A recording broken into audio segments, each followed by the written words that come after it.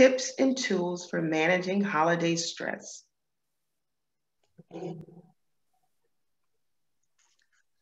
Thank you so much, Corvera. It's great to be with everyone today and to bring you some of this information that we know is going to be so important, especially as we are navigating the holidays in a way like we never have before.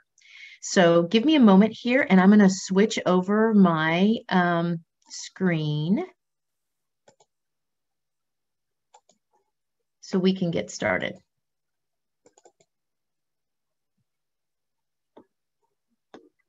Okay, and I'm so delighted to have Rachel Seipert with me here today. Hey, Rachel, so great to have you here. Thank you so much for joining us. Yeah, thank you so much for having me. You bet. As I mentioned before, we've actually covered this topic, gosh, probably almost every year in some way the last 2 years, because this is obviously a seasonal issue, right, in terms of the holiday blues. But especially this year, we thought it was going to have a particular different kind of flavor to it because we're in the midst of a pandemic, as well as I think a very, polarized political climate. I think a lot of those two factors together are sort of, kind of bringing a different sort of flavor to everything that we're experiencing. So for that reason, we decided that we were actually going to do this Coping with the Holiday Blues a little earlier than we've usually done it. So I'm glad that you had the time to join us, and we're hoping that we can give folks some tips and tools that can really be helpful as we plan for the holiday season ahead. Corvera did mention that you can drop any questions that you have in the Q&A, but I also wanted to let you know that I'm really comfortable monitoring the chat box as well. So if you also want to drop anything into the chat box, that works for me also, either one of them. So just know that. And when you drop things into the chat box, you can send it just to the panelists. So only Rachel and I will see it, or you can also then, as we mentioned, drop it into the Q&A. Either way, we're happy to take questions as we go. So let's get started and talk a little bit about exactly what are the holiday blues and how do they sort of distinguish from I think what is the more clinical aspects of anxiety and depression. Rachel, can you talk a little bit about that? Like, what's the distinction there? I think the holiday blues are something that sort of come up on us kind of without realizing it. And it's sort of a feeling of being down and not really understanding why. I wouldn't define it as clinical depression. It's something lighter than that. And it does change your mood. And in general, you just feel an overall kind of blah and less excitement about things like the holidays. And I think day to day, it's just, there's a little bit lack of maybe energy or motivation. Yeah. And we talk about some of the things that can sort of trigger that, things like, just the extra stress. Ordinarily, it's the extra stress of the holidays, right? I mean, I think, and it can also be just sort of these unrealistic expectations that we place sometimes on ourselves in terms of really, I know I'm guilty of that, right? Of having this notion of what the holidays should look like and everything needs to be just perfect. And I also think a lot of times for me, it can also be just about it's that time of the year when we particularly miss people who aren't with us anymore that maybe we've lost in previous years. And so I know that all of those things can sort of play a part in that. And I would imagine that this year in particular, some of what will impact our sense of the holiday blues is the fact that we're in the midst of a pandemic and we won't be able to gather with some of those people that we're used to gathering with. Like, it's going to look a little bit different. So we know from, I wanted to share some data because we know that there's some data, that how, in terms of the stress that people usually feel. So ordinarily, like Psychology Today did this survey that found that like almost 40% of the people surveyed said, that they felt an increased stress level during the holiday season.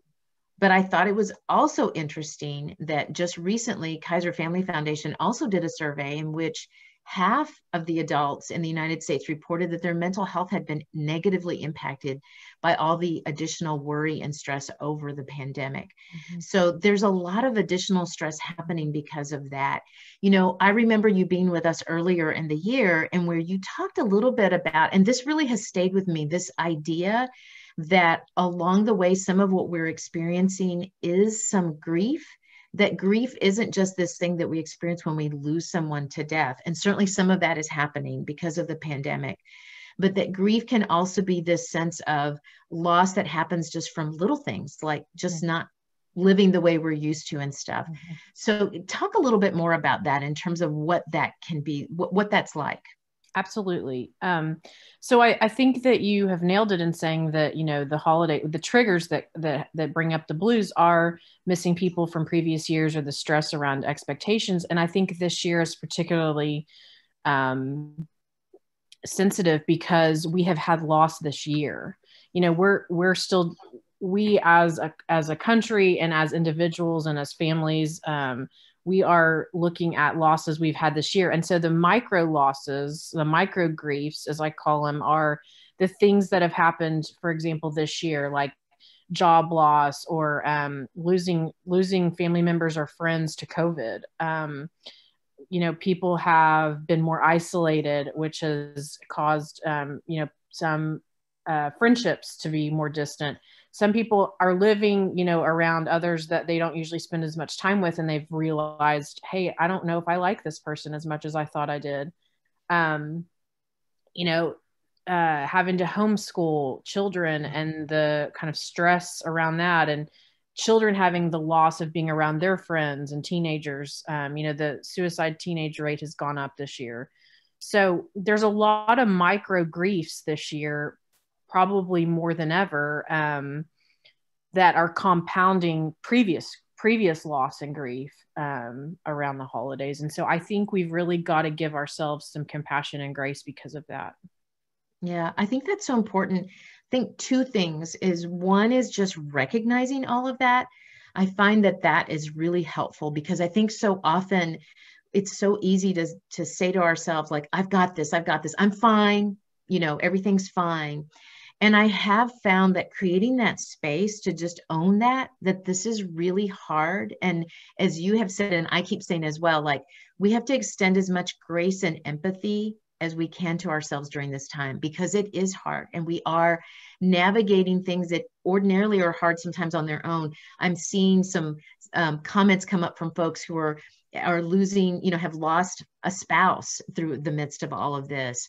They're selling their home. They're having to move to another place and start over. And, someone else who's like, I'm worried about all of this in regards to, again, I have a 7-year-old and how do I navigate the holidays? And so all of this gets layered on itself. And I've heard you say this before, how important it is, first of all, that we recognize that and that we embrace that and say, this is hard. And we understand that some days we're not going to be functioning at our best level. We're not going to be the best version of ourselves because of that, right? Yes. Yeah. And I think that, these micro griefs, as I call them, they build up. And then all of a sudden you've got the blues, or you find yourself depressed and you're sort of like, well, where did this come from or what's going on? But if you really, can take some time to reflect, there's a trail there. I also want to speak to a quote that I think about often, which is, healing begins when you feel heard.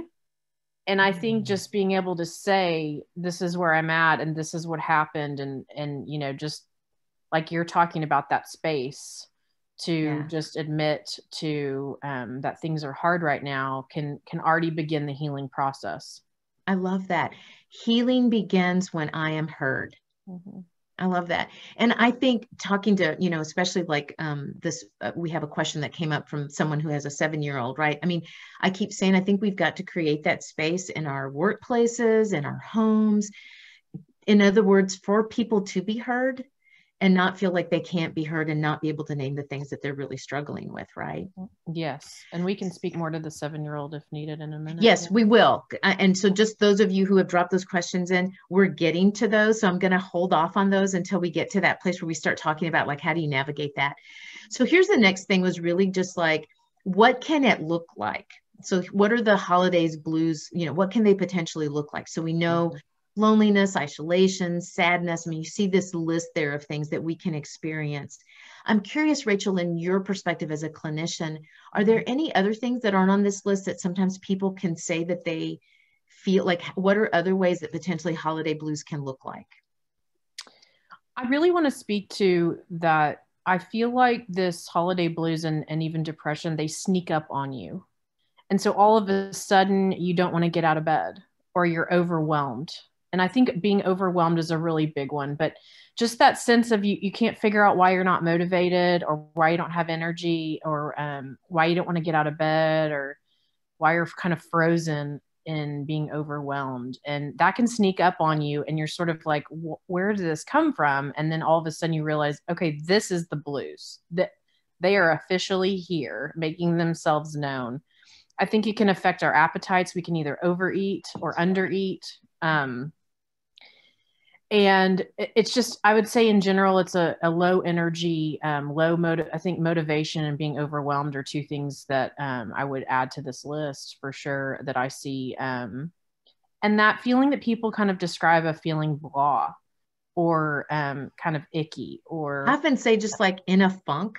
Yes, that's a great way to put it. And it's like, you can't quite put your finger on it. And I know for me, sometimes it can feel like, why do I feel this way? Like in some respects, it's like, I don't have any reason to feel this way because at least on the surface, it can feel like everything's okay. So why am I feeling that way? Right. Because it can really just sort of feel like this funk that I can't quite place my finger on. Going back to this, and we sort of covered a lot of this in terms of what can cause it, but there's some additional things in here. You kind of pointed to one in terms of kind of the overeating or not, but I think in regards to when we just talk about the holidays, especially since we just had daylight savings times, I think it's important to recognize, like, I don't know about the rest of you, but that whole sense of like, I'm finishing up my day at 5 or 5:30 and it's already dark. Absolutely. Like recognizing that has a big impact on us as well. In general, the holidays, we eat a little more, we consume a little more alcohol.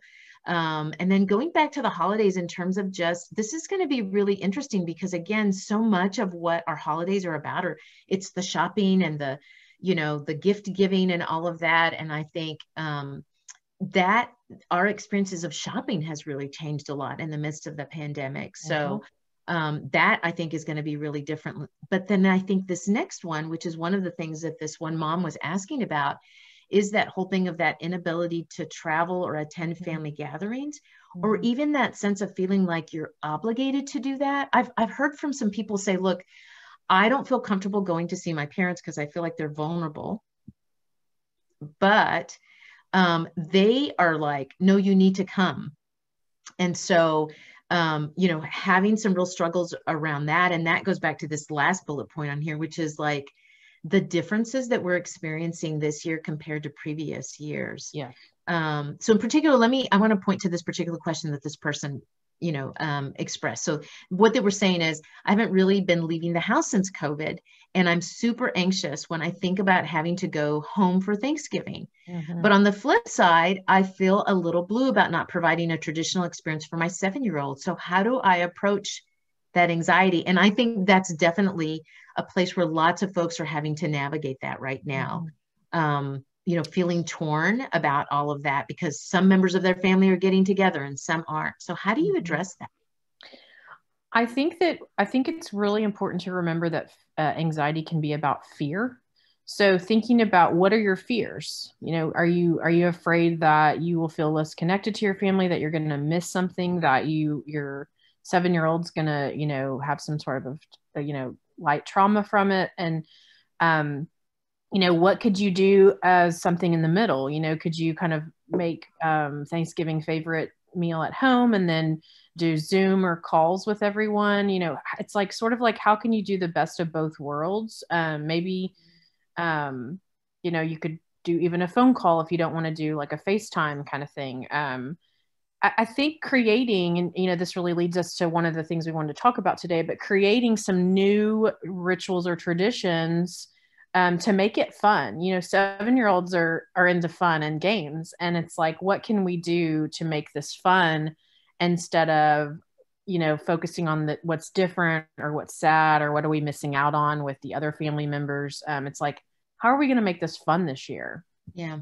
It's interesting because I know I've heard you talk about this before, which is this notion of, again, that part of what connects us is the rituals. And there's a lot of rituals that are part of our experience of the holidays. Mhm. And so this notion of creating new rituals for this holiday this year, and how important that may be. And that was one of the reasons why we wanted to do this Holiday Blues webinar earlier, was because we really did want to encourage people to be thinking now, how will you celebrate? What are the new rituals that you might create? Like, I'll give you an example. Like, we as a family, the turkey trot on Thanksgiving. Like, that's usually how we start our day, right? Well, even turkey trot's having to go virtual, but we've decided that we're going to go ahead and sign up, because obviously one of the things that turkey trot does is support, great nonprofits and stuff. Like, that's part of what your fee pays. So we'll go ahead and do that, get the t-shirts, and then we're just going to go on our own little turkey trot that morning, right?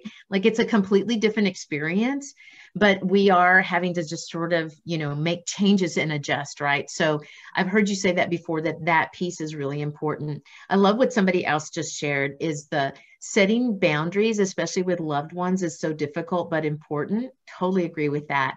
And this notion of, like, even if you don't feel comfortable, how important it is to set those boundaries and feel okay about that, even if it may not be something that feels okay for other folks. Like, in other words, having to make some tough decisions about what's going to work for your family. Yes. And one of the things I want to highlight, and I think makes boundaries more palatable and people willing to do it, is that boundaries define us. They kind of individualize who we are. And I think that that's really important, because if we don't have them, I picture like kind of a blob, right? But then when you have your boundaries, it sort of defines you and makes you you. And that is so, I think that's so cool and important, because we all want to be known. And part of being known is knowing where our boundaries are. And I think that this year is a time to really do that.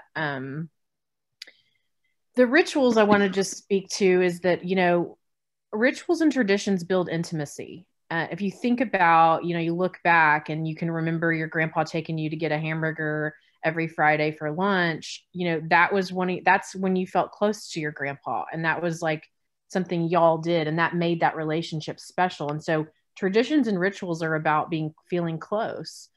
And I think that's what we're talking about here, is the rituals and the traditions are interrupted this year because of COVID-19 and other reasons that have, been caused by COVID-19. So thinking about and planning for what are some new rituals and traditions we want to do that are going to help us feel close, and having fun with it, and sort of tapping into that creative side. Yeah. Like your example, if y'all are you're taking a tradition you normally do, but you're sort of creating it as your own this year. You're going to create your own route, and however that looks. So I think, it's so important that we recognize that this year. So two things. One, I think, is really important. One is, it's going to be different, but different doesn't necessarily mean bad. Right. That there is a distinction there. And I think that goes back to that whole place of naming it and saying, hey, this year's going to be different. But it doesn't necessarily have to be bad. It's just going to be different. And then I think the other thing is just the whole notion of being able to name all of that, and how important that is to recognize that this is where we are today. I mean, I think so often, I don't know about everybody else, but I have days when I feel like we're sort of stuck, and so it can feel like things aren't going to get better. And, it can feel like, oh no, what's going to happen next year? And so I think the reality is recognizing that we are where we are this year, but that doesn't mean that next year at the same time that we'll still be stuck in the same place. Like, I feel hopeful about that as we start to hear about vaccines and, things like that happening. And, I feel confident that we won't be in the same place. But I think that's really important, because that's a place where we can really get stuck as well, where we get stuck thinking that it's not going to be different in the future. Absolutely. I think what you're saying is, like, this is a phase. And those things are a phase and a season, right? And instead of like, it's like recognizing the negatives or the hard or the griefs, and then also saying, okay, what can we do with this? What can we do that brings us joy this year, or is just sort of a light amongst sort of the darkness or the hardships that have happened? Absolutely. Yeah. So let's move on and let's talk a little bit about some of these tips to avoid the holiday blues. Some of this stuff is kind of basic stuff, right? I mean, this whole notion of trying to stick to your normal routines as much as possible, getting enough sleep. It's so interesting in the work that I do. I work with so many volunteers who share their own story of their mental health issues and how often they mention sleep. Like we forget how getting enough sleep can really impact our mood and impact how we navigate the days. And so how important that is to making sure that we're getting enough sleep. Yes.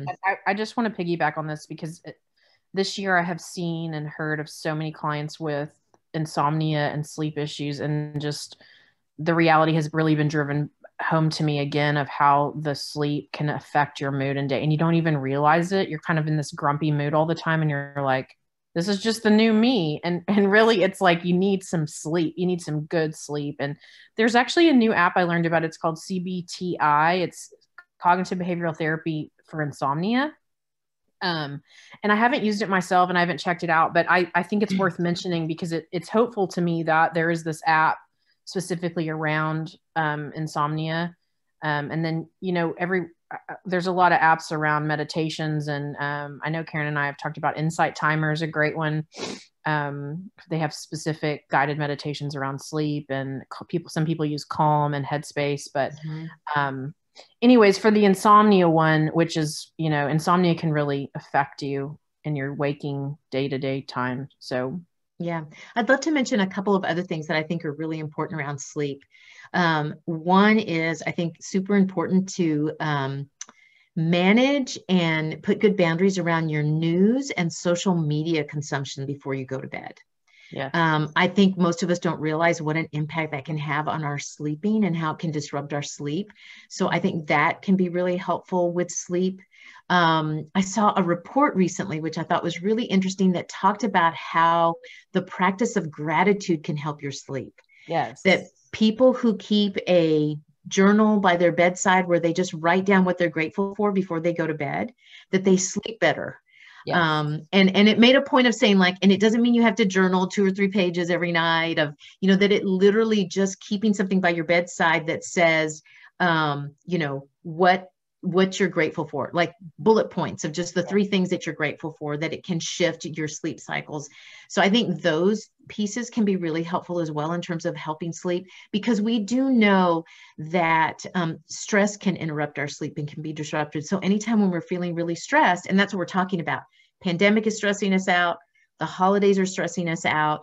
So I think being really intentional about recognizing how our sleep might be interrupted. And this goes back to the things we have control over, which I think is really important, right? Because part of the reason we're stressed out is there's so many things we don't have control over. Yes. And so for me, oftentimes what makes me feel empowered is naming, like, here's the things I can control. I can control what I consume before I go to bed, right? Yes. In terms of news, social media, interactions with people that maybe stress me out.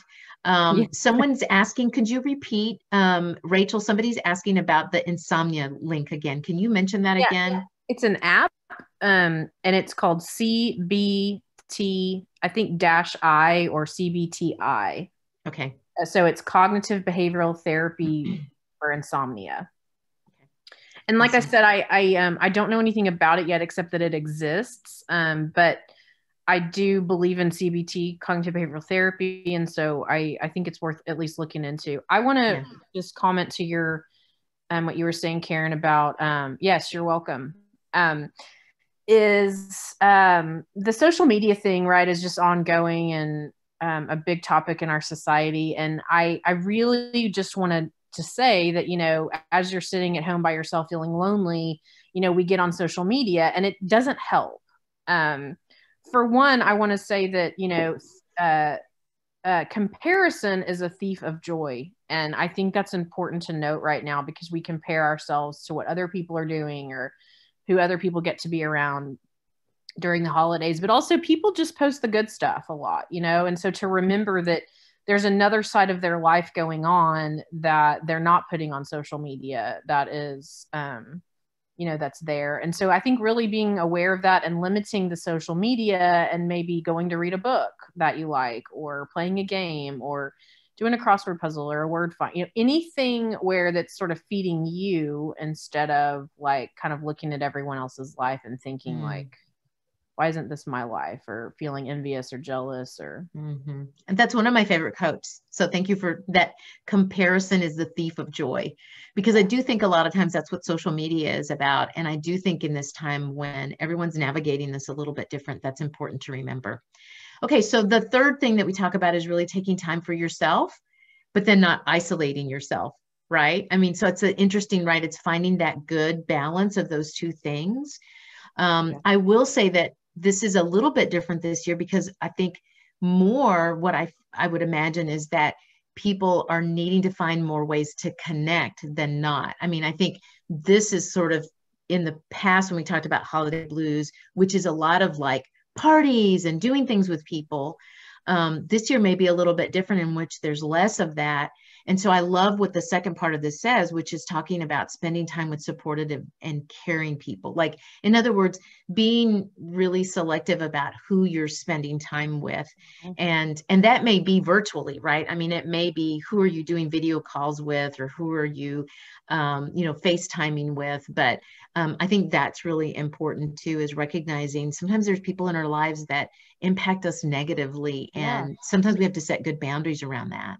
Yeah. And it could be your own mom, which is really hard to admit, I think, and say out loud. But, if you're going to FaceTime with your mom on Thanksgiving, maybe just set a limit. Like, I'm going to talk to her for 15 or 20 minutes, and then I'm going to let her go, and not feeling that obligation to just sit there for 2 hours because it's Thanksgiving and it's your mom. And, just really being mindful of what you need, and what feels good to you.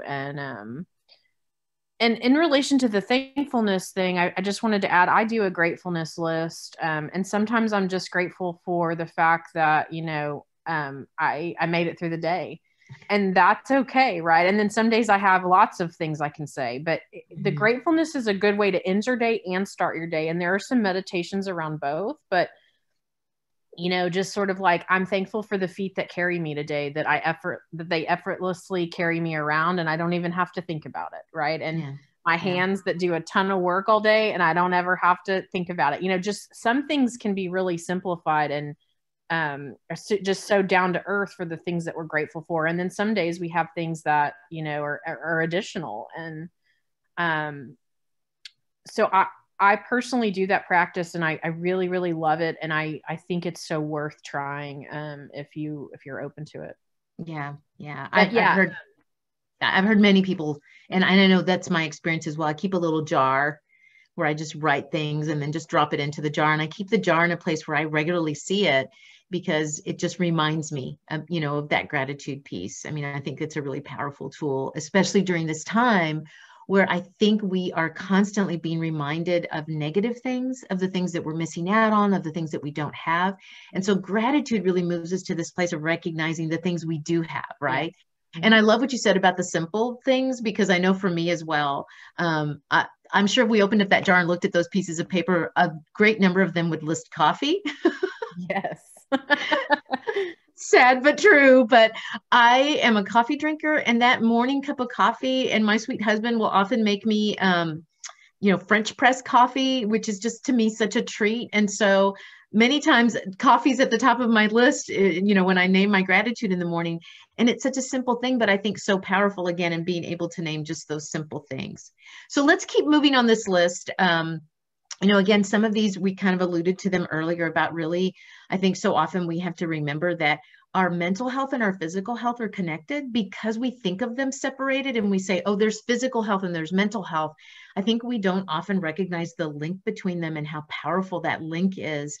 And that anything that we're putting into our bodies impacts our mental health, our brain health, because our brain is in our bodies. And so super important for us to be paying attention to what we're fueling our bodies with, and then just everything in moderation, right?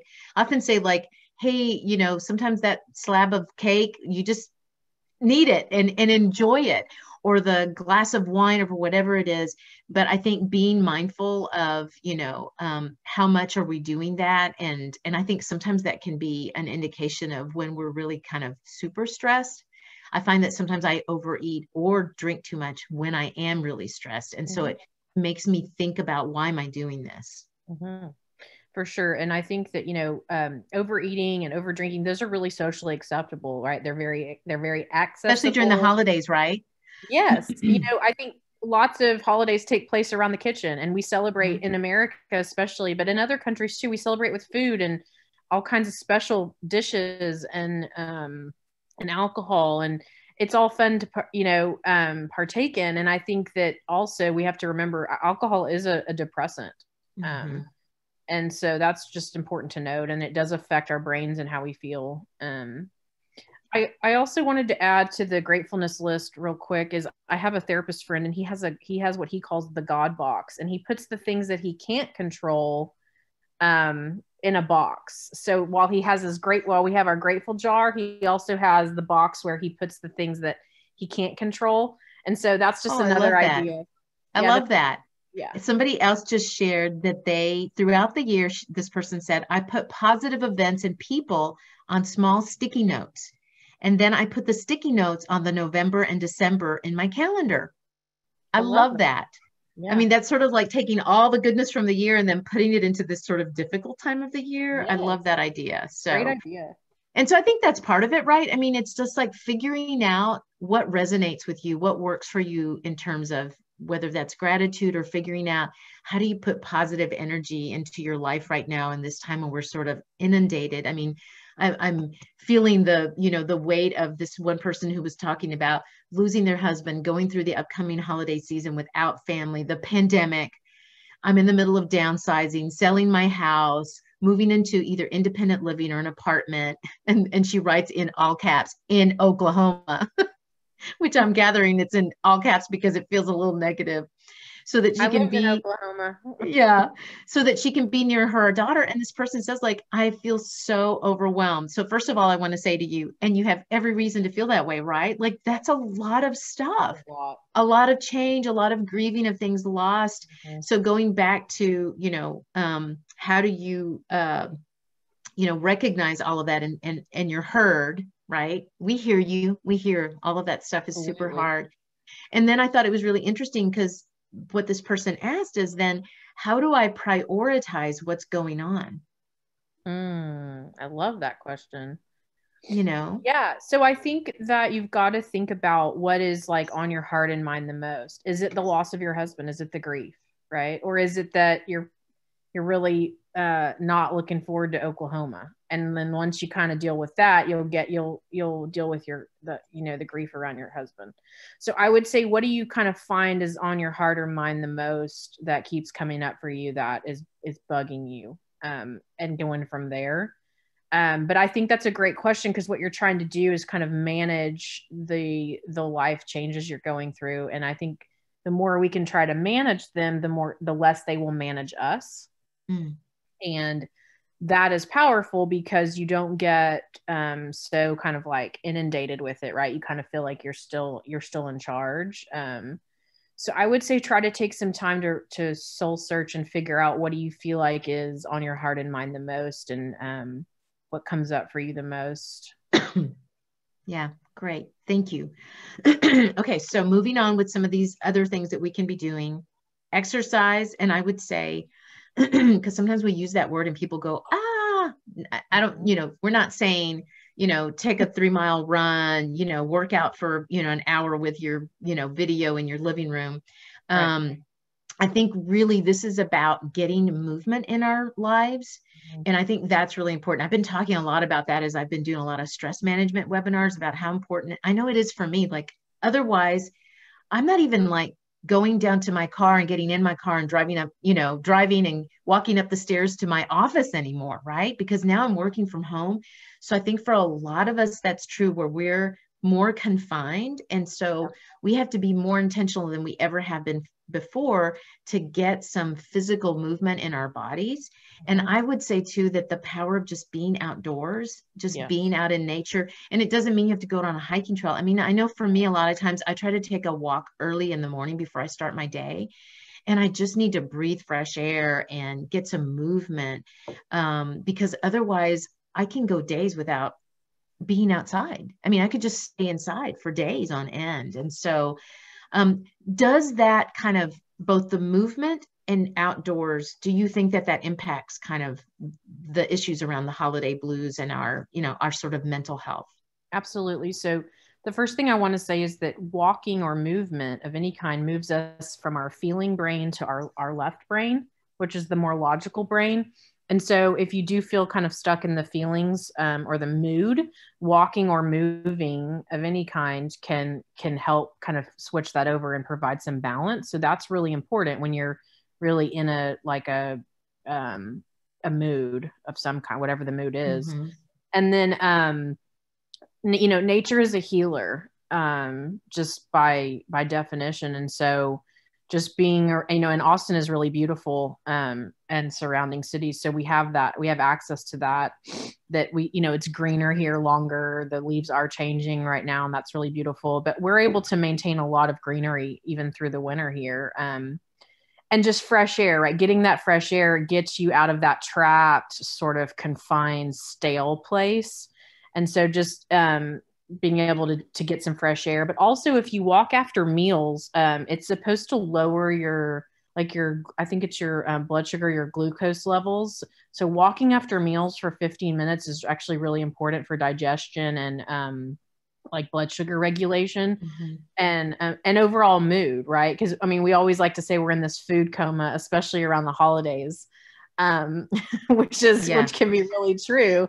So if you can just get up, you know, after you kind of takes a little bit of time with your food coma and maybe just go take a, you know, 5 to 15 minute walk, you might feel a lot better. So I would really encourage any kind of movement. It overall helps your moods. I love that, though. I hadn't really thought about how often it can help with just the reset. You know, it's another one of those kind of emotional hack things, right? Where just resetting our emotions sometimes, you know, taking just a real quick brisk walk, right, can help us reset. So good to remember. Okay, so the next one that we talk about is just making a to-do list. And so this was this whole notion of sometimes we get overwhelmed during the holidays because we feel like there's so much to do. But I love the second part of this, right? Like make a to-do list, but keep it simple, right? I mean, I love the advice that you just gave to this person who said, I have all these things that are weighing on me, because that was part of it, is just the ability to just take those things one step at a time and not let ourselves get overwhelmed, right? That the making the list is about helping you so you're not feeling so scattered, but keeping it simple is so important, because if you've got a 3-page to-do list, I don't know, if I make a 3-page to-do list, I get overwhelmed by that, and I'm not likely to even look at it. Yes. It's an avoidance after that. Keep it simple, right? And maybe make like you know, this is bringing out the you know, the Myers-Briggs has a part of this, the type J's at the end, the P and the J, or the J's are the list makers. So you're about to see my high J come out, but you can make a list and then sort of make an additional list of like, okay, these are the things I want to do for this is my list for Thanksgiving. This is my list for Hanukkah, Christmas, Kwanzaa, New Year. And then you have like a first quarter list, right? Of like, yes, things can wait, but trying to prioritize it and keep it simple for yourself, that like, yeah, you might want to clean out that closet, but do you really need to clean out that closet during the holidays? Just because you have the time to do it doesn't mean that it necessarily needs to be something that you do right now. Maybe that can wait till February when life gets kind of boring, or, you know, so just sort of making small lists for the here and now for like the next 2 or 3 weeks, right? So for the next 2 or 3 weeks, this is your to-do list. And then in December, you're going to have a new one, right? Of like 2 to 3 weeks. Right. And then you'll have one for the new year, and like what can wait. And then I would also add to that, in terms of the to-do list, the power of sharing your list with the people you live with, or if we're talking about work that you work with, because I think so often we take all of that on. And I have found myself guilty of that, and found that sometimes it's helpful for me to share that list with the other people in my life so that they can help me with it. I love that. Do you know what I mean? I am one of those people that like, let me put my cape on. I got this. I'm the queen of the holidays. Let me do it all. And what I have found is, again, it actually makes my family stronger. And I think it helps my team stronger when I do the same thing at work, where I let myself be vulnerable enough to say, I can't do this all by myself. I need some help. Here's my to-do list, you know, and how can I share that with the people in my life? Because I think that can also exacerbate our blues, right? When we feel like we're the only ones doing all of this or worried about all of this. Yeah. But that's another one of those things we do to ourselves.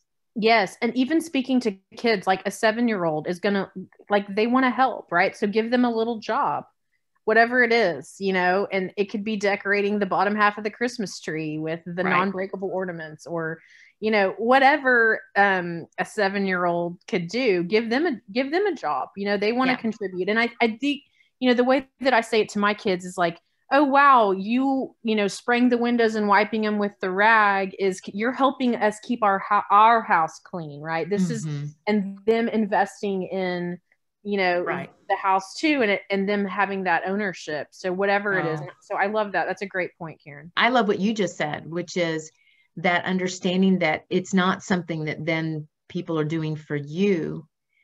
In other words, it was this notion of you're helping the whole family, you're helping our whole, you know, and so I think that's, it also shifts then, right? What that feels like for that person too. So, okay. So moving along with some other things that we can do to avoid the holiday blues. And we've sort of been alluding to this already, which is really kind of setting reasonable expectations and goals for the holidays, especially this year, because things are going to be so different. I mean, that's part of what we've been saying, right? Understanding things are going to be different, and just setting, again, reasonable goals. And that, I think, goes back to the holiday piece as far as budget as well. Because I think that's the other place where sometimes we don't set reasonable expectations, and then we feel the additional financial stress. And I think this one's really important this year, as we know that there's a lot of families and situations in which, even for people that maybe aren't feeling the pain right now of the economic impact of this pandemic, they don't know what the future looks like. And so they're having to, again, be careful. So I think, you know, setting expectations, I think, can be a really powerful tool. I wonder what you think about that as well. I totally agree. And I think that, you know, I think I can't speak for all humans, but I think in general, like, people would rather receive like one meaningful gift, you know, whether it's even homemade or just something that you feel like really reminded you of them, versus like 20 gifts of just stuff. Right. So maybe really being mindful of like what you could get someone or what you could make someone. But I also want to like link this to the doing the traditions or the rituals. Like one year I went and delivered turkeys and meals to people, to families. And that for me was such so meaningful. So like the giving and doing the kind deeds for others can be a really meaningful gift that's memorable and something you can do for someone else. So just thinking about like, hey, this year, you know, we want to get an angel tree. And that's part of going to be what we do for like our holiday, or I don't know, just something that's giving back to someone else can really be memorable and is a great lesson. And so, but yeah, being mindful of the gifts. And, you know, I'm guilty of this. I have 2 toddlers. So it's like, I want to buy them all the things, but, you know, like some things they open and then they're just done with, you know, and I could have put that money into something else for them, maybe a bigger thing. Right. Well, and I think the power of we underestimate, I think, even when talking about kids, is that how often, I know I saw a study some time ago that was talking about how so often really what kids want is to have their parents' attention and time. And that sometimes, and I think that's true for us as adults as well, that sometimes that can be the most meaningful thing is, time spent together and stuff, Yeah, which together. again, I know for extended families, that's really hard right now in the midst of the pandemic. So yes. So just making the best of who you are with and maybe making that special, like, I mean, I'm just pulling something out right now, but like, hey, we're going to build this tent. We're going to build a pillow fort, and we're going to have our cinnamon rolls in here. And like, just making it kind of this special, different, fun thing. And I think to be mindful of that. And again, the planning of it is really important this year, making a plan with it. Yeah. Yeah. Which is what we've been talking about. But the reason why we're doing this now is so people can really start thinking about it and just thinking about how they might do different things. I love number 9, which is really about this place of really naming, like, what are the things that bring you joy, right? What are things that make you smile? I would love for the folks that are participating, if share with us, like, what would be on this list for you? I know you and I, Rachel, mentioned some things, but like, what is that? What are the things that really make you smile, that bring you joy? And then how, can you utilize that as a way to help navigate what will be a really difficult holiday season for everyone? I'd love to hear from anybody that wants to chat or share about what they might, what kinds of activities those might be. Yeah. And while we're waiting, I'll say for me, one of the biggest ones that I have memories with my mom and that I do with my daughters is baking, whether that's like we do different cookies for the season, or I do like to do cinnamon rolls for Christmas. So for me, it's this sense of baking and kind of creating, and with my daughters, I do let them do sprinkles of all kinds. So that's kind of fun for them. Yeah. Okay. We have dance parties. Yeah. Dance parties. I love that. Family game night. Yes. I know one of the things we've been talking about at my house is that, I haven't with my girls ever done tamales. Okay. So I grew up with that. I mean, that's what we eat on Christmas morning, but I usually buy them. And so we've been having conversations about making them for the first time. Wow. Because we're going to sort of be stuck at home. Right. So it's like, let's do it. Like, why not we just do it? Like, what's the worst thing that can happen? Like, they won't be as good as we expected.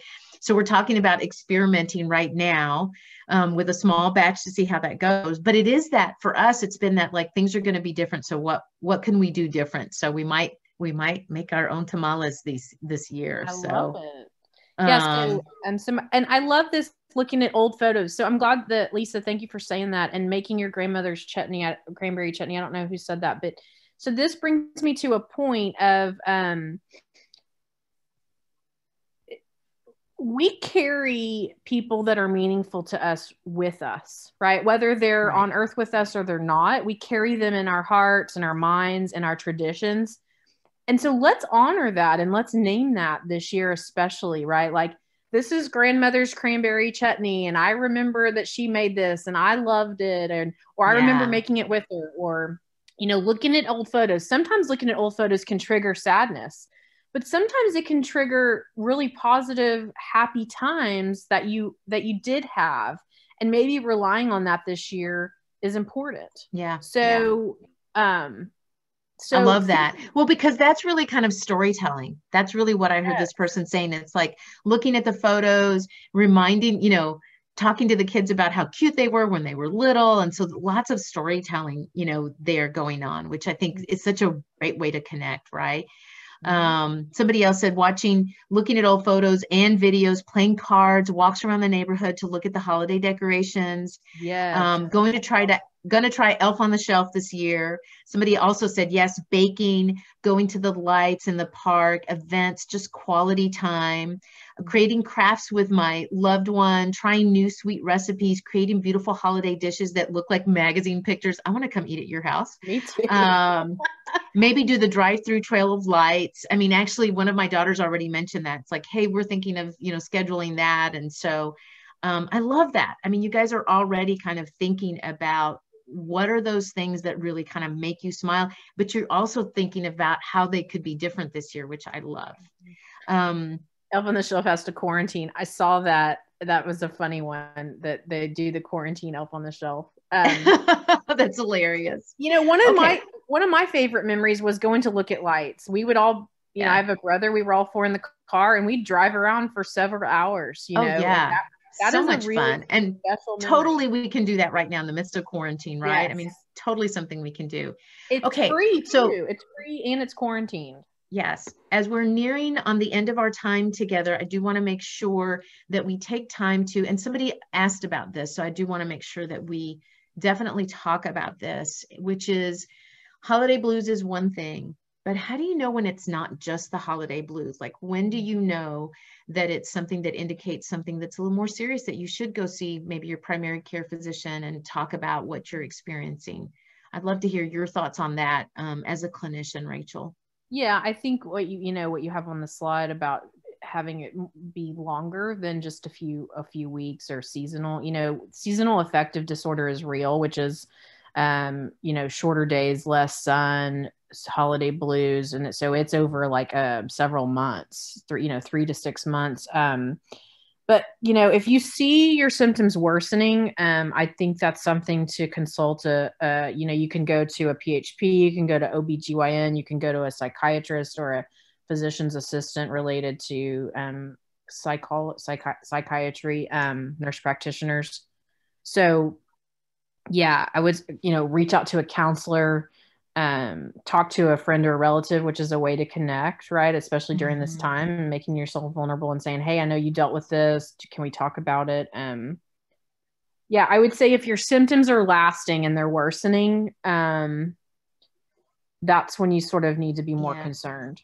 Yeah. As I often say to folks, it's like, we sort of talked about being in a funk, but what I know is that when I'm in a funk, like maybe, if I'm in a really bad funk, maybe it's a couple of days of feeling kind of just, and then usually something moves me out of that, right? And I think that's really important to recognize, is that what we're talking about is that like it's impacting your daily life, and that it's lasting for more than, a couple of weeks. That's usually an indication that maybe you should kind of just take a look at that the typical things that might help you kind of shake it off a little bit don't seem like they are. And I would say one of the other things we talk a lot about is that so often when we talk about mental health, we really put the responsibility on the person to say, hey, reach out and get help if you need help.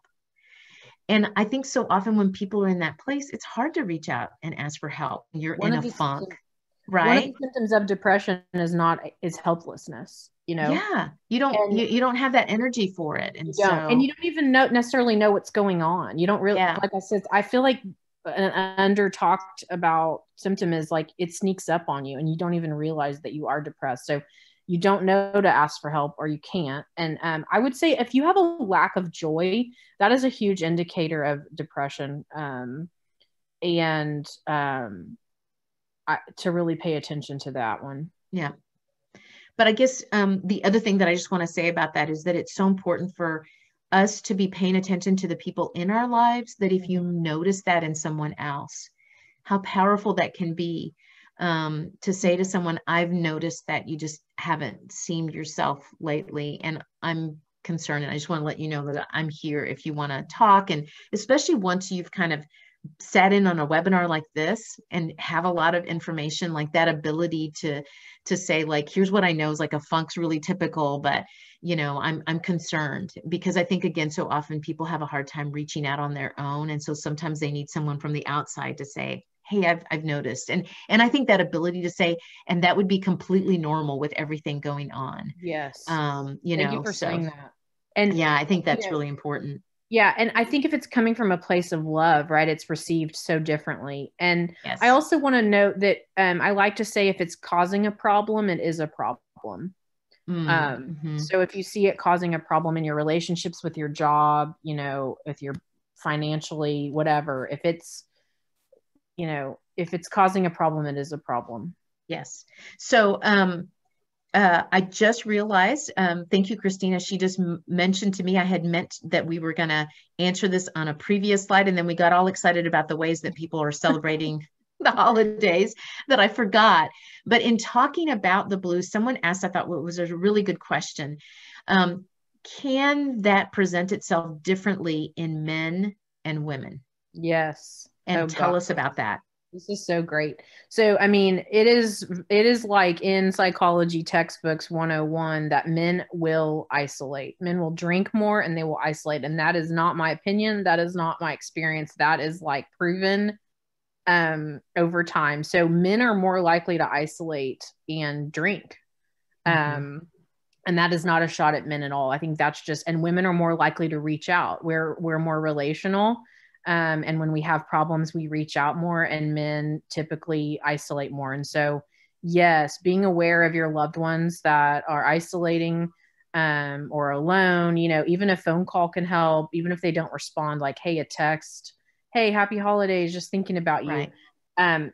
You know, sometimes we have an expectation that we'll hear back and we don't, but you know, it can mean a lot for someone to just get a text from you, even if they don't respond. So I would say be aware of the men in your life that you love that are isolating, and be open to the women in your life that are reaching out or aren't reaching out. You know, that thing we hear about check on your strong friend or check on your happy friend.